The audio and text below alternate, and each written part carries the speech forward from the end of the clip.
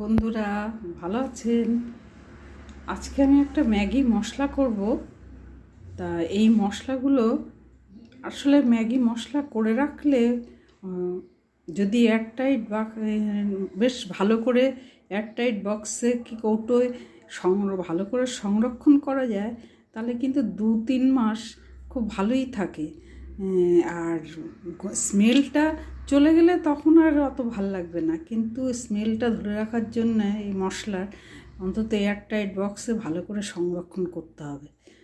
আর এই ম্যাগি মশলা করে রাখলে একটা সুবিধা কি, আপনি রেডিমেড যখন খুশি কোনো খাবার দাবার করবেন, চাইনিজ জাতীয় খাবার তার উপর ছড়াতে পারেন, কিংবা তরকারির মধ্যে দিলে টিলেও বেশ ছড়িয়ে, তাহলে আর পরিশ্রম করতে হয় না, অনায়াসে একটু ছড়িয়ে দিলাম, রেডিমেড পাওয়া গেলে বেশ। আর এই মশলাগুলোতে খুব ম্যাগি মশলা খুব টেস্ট হয়, যাতে দেওয়া যায় তাতেই বেশ টেস্ট আসে।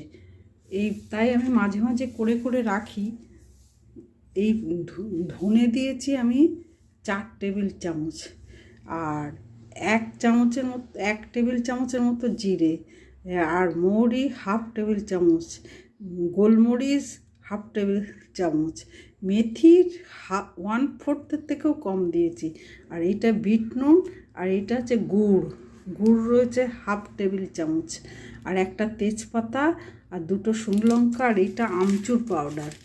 এইগুলো সব ড্রাই ফ্রাই করব আগে। আর এই মৌরিও আছে।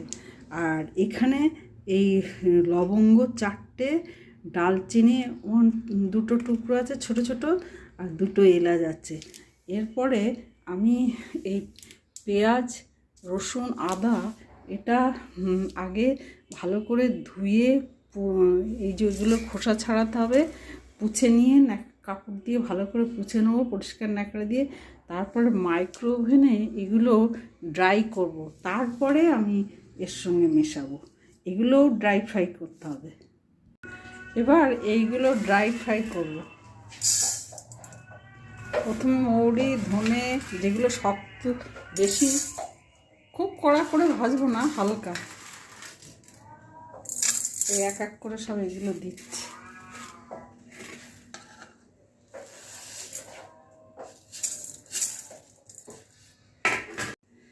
এবার 1/2 চামচের মতো কর্নফ্লাওয়ার, 1/2 চামচের মতো বিট নুন, আর এই 1/2 চামচের মতো, এটা তো গুড় আগেই বলেছি, আর এটা আমচুর পাউডার দিয়ে এই একসঙ্গে, লালটা সামান্য একটু এই কাশ্মীরি লঙ্কার গুঁড়ো দিলাম, আর একটু হলুদ দেব।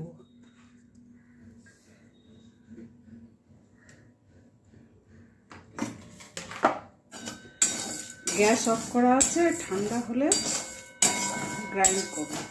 এবার মশলাগুলো এই যে ঠান্ডা হয়ে গেছে, এবার গ্রাইন্ড করব। তারপরে এই যে মাইক্রো ওভেনে ড্রাই করেছি পেঁয়াজ, রসুন, আদা, এটা দেব। এই যে মশলাটা তৈরি হয়ে গেছে। ওই যে মাইক্রো ওভেনে যে পেঁয়াজ, রসুন, আদাটা শুকিয়েছিলাম, সেটা দিয়েই আবার গড়িয়েছি।